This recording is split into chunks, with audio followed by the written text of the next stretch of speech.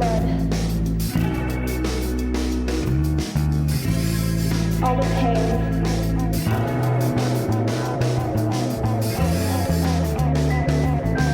all the blood, all the pain.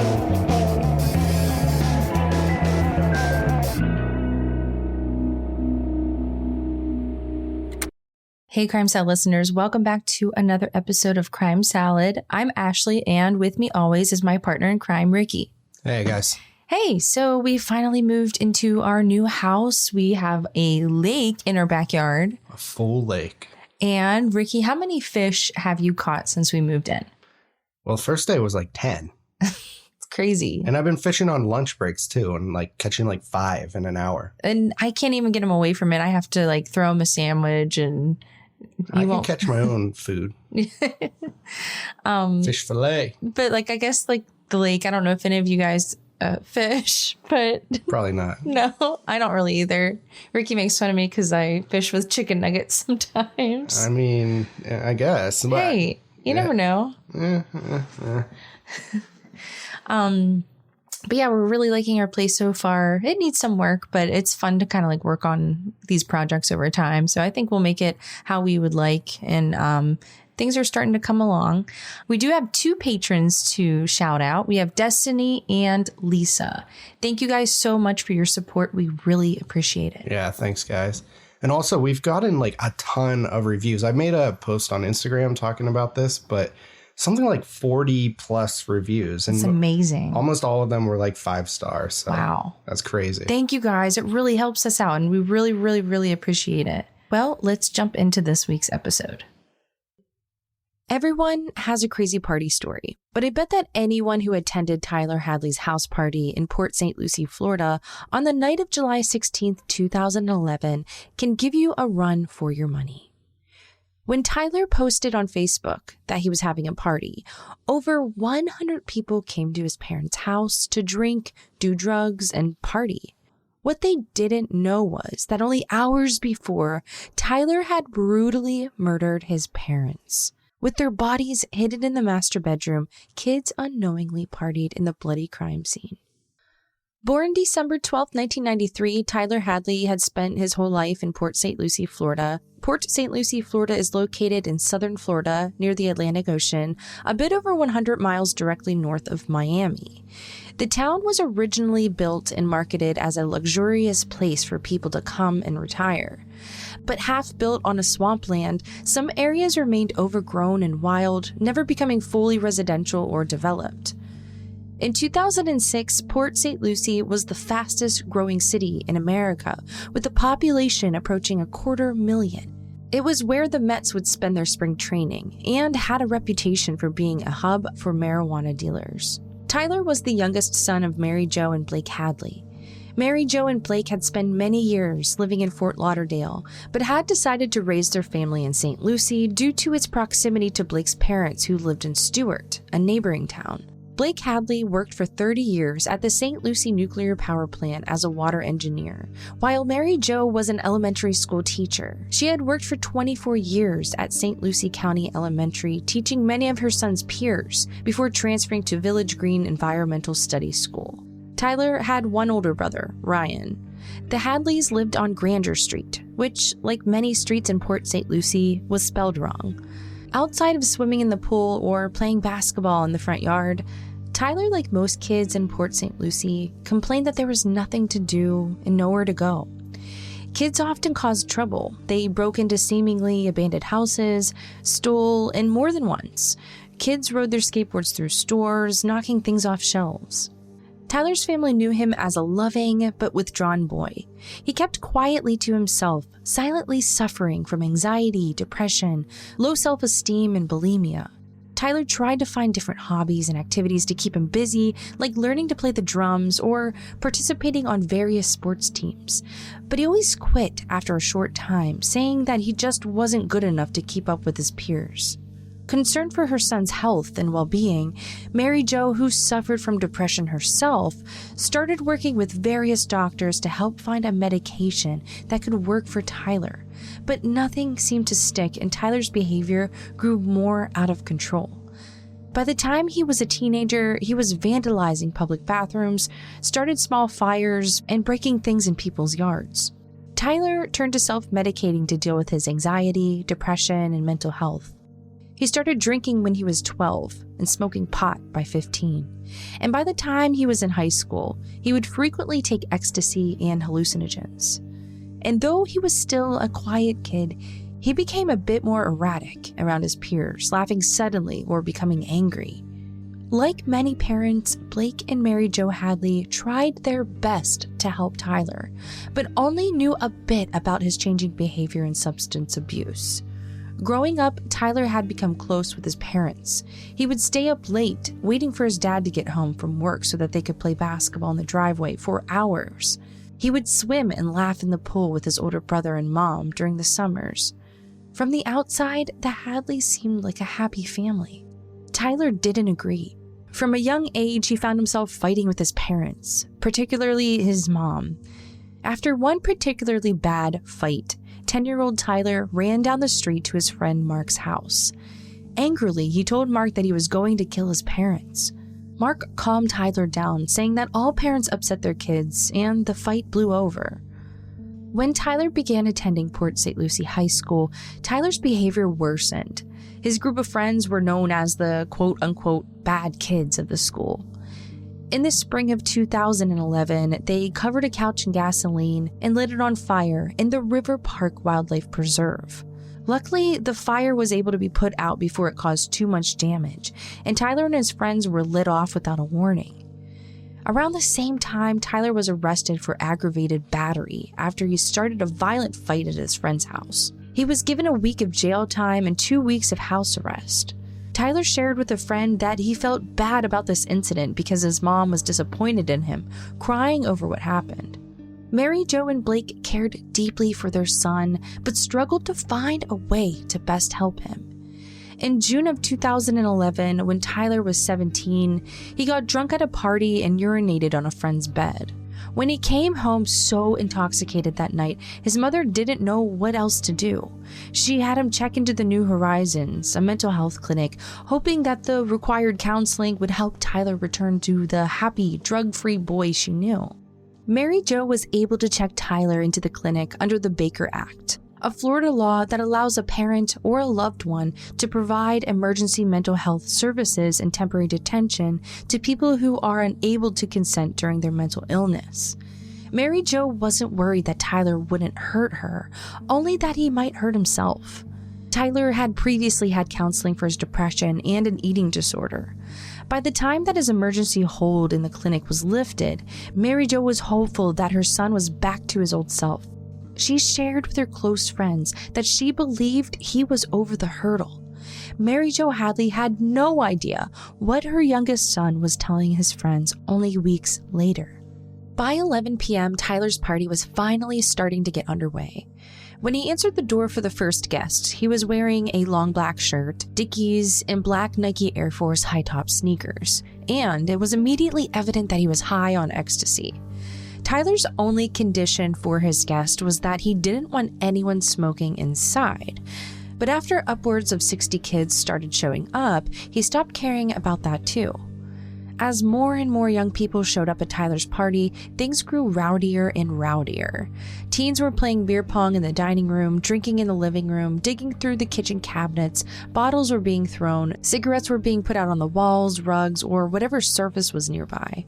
The Hadleys' home was getting destroyed, but on all accounts, Tyler didn't care. His only concern was the noise. If it got too loud, the neighbors might call the cops, which Tyler made it clear that this was the last thing he wanted. Though many people at the party had never met Tyler, those who knew him wanted to know where his parents were. Tyler had a different answer for everyone. By midnight, the party was growing even more out of hand, with over 100 people crammed into the small house on Grandeur. With so many people, they had run out of beer, so Tyler enlisted the help of his good friend Mark Andrews and Mark's girlfriend to drive him to pick up more beer. Mark was 21 and had known Tyler and the Hadleys for over 10 years. When they get to the store, Tyler handed Mark a large stack of $20 bills to go in and buy the alcohol. While Mark was in the store, Tyler made small talk with Mark's girlfriend, Ashley. During their conversation, Tyler offhandedly mentioned that his father had died. Not knowing Tyler very well, Ashley assumed that his father had passed away a long time ago. She had no idea what Tyler really meant. By the time they had arrived back at the party, the house was even more chaotic than before. People were selling drugs, smoking like crazy, and someone ran into the house with a stolen mailbox. For most of the night, Tyler had been surprisingly calm, not showing emotion in any direction, happy or sad, until he saw the boy with the mailbox. He yelled for the boy to put it back, claiming that stealing is a felony. Tyler was worried that the missing mailbox would lead the police back to his house. Once the mailbox was returned, Tyler went back to being eerily calm despite his parents' home quickly becoming a complete disaster. Pictures had come down, dirty plates filled the sink, the whole place smelled nastier and nastier. Once it was well past midnight, Mark Andrews decided it was time for him to head out. Noticing his longtime friend leaving, Tyler pulled Mark aside, wanted to talk privately. Once alone outside, Tyler told Mark that he was worried he might go to prison because he killed someone. Knowing that Tyler had joked about this many times, Mark didn't believe his friend. Mark brushed Tyler's comments aside, saying that if Tyler did kill someone, that he didn't want to know. With Mark not believing him, Tyler headed back into the party and ran into a freshman named Ricardo. Ricardo thanked Tyler for the beer and throwing the party. Tyler replied that he just wanted to do something fun before he left. When Ricardo asked where he was going, Tyler replied that he was going to kill himself because he did something bad. Continuing down the hall, Tyler ran into a friend who went by the name K Nasty. He told her that he was going away for 60 years. But why? She'd find out tomorrow. Around 1 a.m, Tyler ran into Michael Mandel, one of his best friends since childhood. The boys had known each other since they were 8 and spent much of their time together. Tyler and Michael headed out of the party and down the street to talk at Tyler's request. At the end of the block, Tyler turned to Michael and said, "I killed my parents." Knowing that Tyler had talked about killing his parents before, but never seriously, Michael brushed him off. But Tyler was adamant and told him to look for signs. His parents' cars were still in the driveway. When they walked back to the house, Tyler showed Michael the garage, pointing to a bloody footprint on the floor. Tyler took his friend back upstairs to his parents' bedroom, which had been locked throughout the party. Unlocking the door, Michael saw a mess, with furniture thrown into the pile in the room, towels covered in blood, and legs of a motionless body on the floor. Tyler told Michael what happened. Around 5 p.m. that same night, Tyler Hadley hid his parents' cell phone from them and took 3 pills of ecstasy. With what he was about to do, Tyler didn't believe he could do it sober. He went out to the garage and found a hammer. Bringing it back inside and upstairs, he stood behind his mother quietly as she worked on the computer. He raised the hammer up and brought it down violently, slamming it into his mother's head. Mary Jo Hadley cried out "why" as she bled to death. Blake Hadley, hearing his wife's final cries, ran into the room. Blake, horrified and afraid, asked the same question, "Why?" But his son's only reply as he struck his father with the hammer again and again was, "Why the fuck not?" After he was sure that they were dead, with their heads and bodies mangled from the hammer, he tried his best to clean up the bloody mess. He wrapped their heads in towels and dragged his parents' lifeless bodies into the master bedroom. He cleaned as much as he could off of himself and threw everything that could be evidence into the room, right on top of Mary Jo and Blake's bodies, including a coffee table, chairs, mops, and broken dishes. When he was done, he locked the door to the bedroom, took a shower, and posted on Facebook that the party was on. Surprisingly, after he learned that Tyler had killed his parents and saw the bodies himself, Michael stayed at the party for almost an hour. He even took a selfie with Tyler, saying that he knew this would be the last time that he would see his best friend. Around 2 a.m., someone announced that there was another party starting down the street. causing many of the kids to hop in their cars and loudly head out. This noise was a final straw for Tyler's neighbor, Rayanne Wallace. She called the police to file a noise complaint. When 2 police officers arrived at the Hadley's house, there were less than 20 kids still there. Tyler, calm and composed despite having 2 dead bodies upstairs, talked to the cops, assuring them that the party was over and that the noise would stop. Believing him and with no reason to suspect what he had done hours earlier, the cops left. Only a half an hour later, though, the party was starting to pick back up again, when those who left realized that there wasn't another party happening. But Tyler was beginning to act more and more strange and nervous.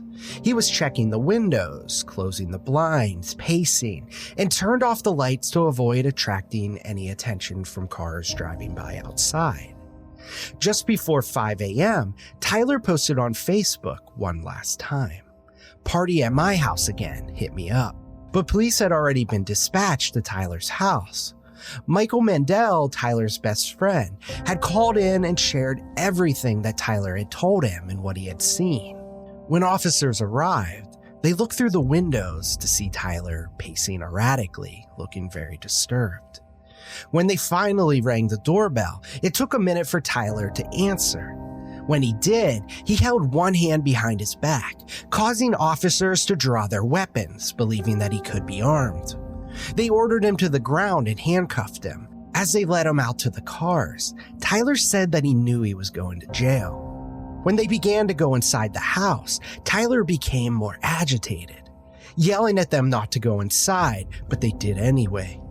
Finding the dead bodies of Mary Jo and Blake Hadley lying on the floor in the master bedroom. Tyler was taken to the St. Lucie County Jail to face trial. With so much evidence connecting Tyler to the murder, including his own confession, police had no doubt about who killed Mary Jo and Blake Hadley. Their only question was why. In Port St. Lucie, many have speculated about what could have caused Tyler to beat his parents to death with a hammer. Some students speculated that the Hadleys had it coming because they wouldn't let Tyler be himself. They were seen as too tough on him, putting too much pressure on him. Others thought that it was years of substance abuse that led Tyler to snap. In a letter to his grandparents that he sent from prison, Tyler shared that he thinks some of his violent behavior stemmed from the meds he was taking. What does seem clear is that Tyler's actions that night did not stem from some sort of psychotic break or fit of rage. It seems evident that his actions were premeditated. Killing his parents and throwing a party was something he had been casually mentioning for weeks. Tyler had told Michael that he purposely waited for his older brother Ryan to leave for school in North Carolina before following through with his plan. He told a fellow inmate that he had concocted a plan at least 3 weeks before he followed through on it. Tyler was charged with 2 counts of first-degree murder. His court-appointed public defender had him submit a plea of not guilty, citing that Tyler had a long documented history of mental illness. From 2011 to 2014, while awaiting his trial, Tyler remained at the St. Lucie County Prison. In February of 2014, he changed his plea from not guilty by reason of insanity to no contest, finally taking responsibility for his actions. Because he was only 17 at the time of the crime, Tyler wasn't tried as an adult. After he changed his appeal, his case was sent to a juvenile mitigation hearing where he was sentenced by a judge. As a minor, he wasn't able to be given the death sentence, but the judge gave Tyler Hadley 2 life sentences without the possibility of parole, one for each of his parents that he killed. But in April of 2016, his sentencing was overturned by an appeal judge who said that the original judge did not consider the correct alternative to a life sentence, given that the case involved a minor. Finally, in December of 2018, with Tyler now in his mid-20s, a judge reheard Tyler's case, this time giving him a life sentence with the possibility of parole. During the sentencing, the judge showed little sympathy for Tyler, saying the defendant displayed perverse premeditation, heartless cruelty and savagery, extreme violence, a willingness to mutilate, and absolute depravity, the judge declared.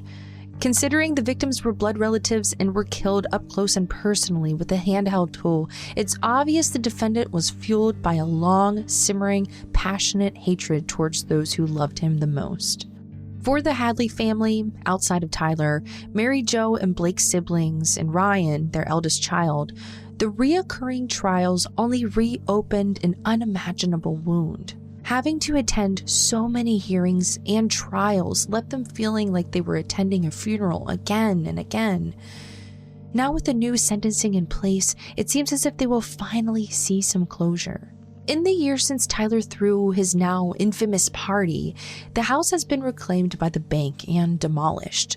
Many of those who came to his house that night to the party, unaware of what had happened only hours earlier, surprisingly weren't disgusted or shaken by it. For many, they felt like it gained them a sort of celebrity status, feeling like they were at the party of a lifetime. Tyler Hadley remains in the Okeechobee Correctional Facility in Florida. Though he has written letters to family that claims his regrets and actions and has been trying to atone for what he did, we aren't so sure. In prison, he wears his crime like a badge of honor, going by the nickname Hammer Time or other puns of the violent way he killed his parents. Regardless, it seems unlikely that Tyler Hadley will ever be a free man again. Thank you all so much for listening to this week's episode. We will see you again next week. Crime Salad is a Weird Salad production.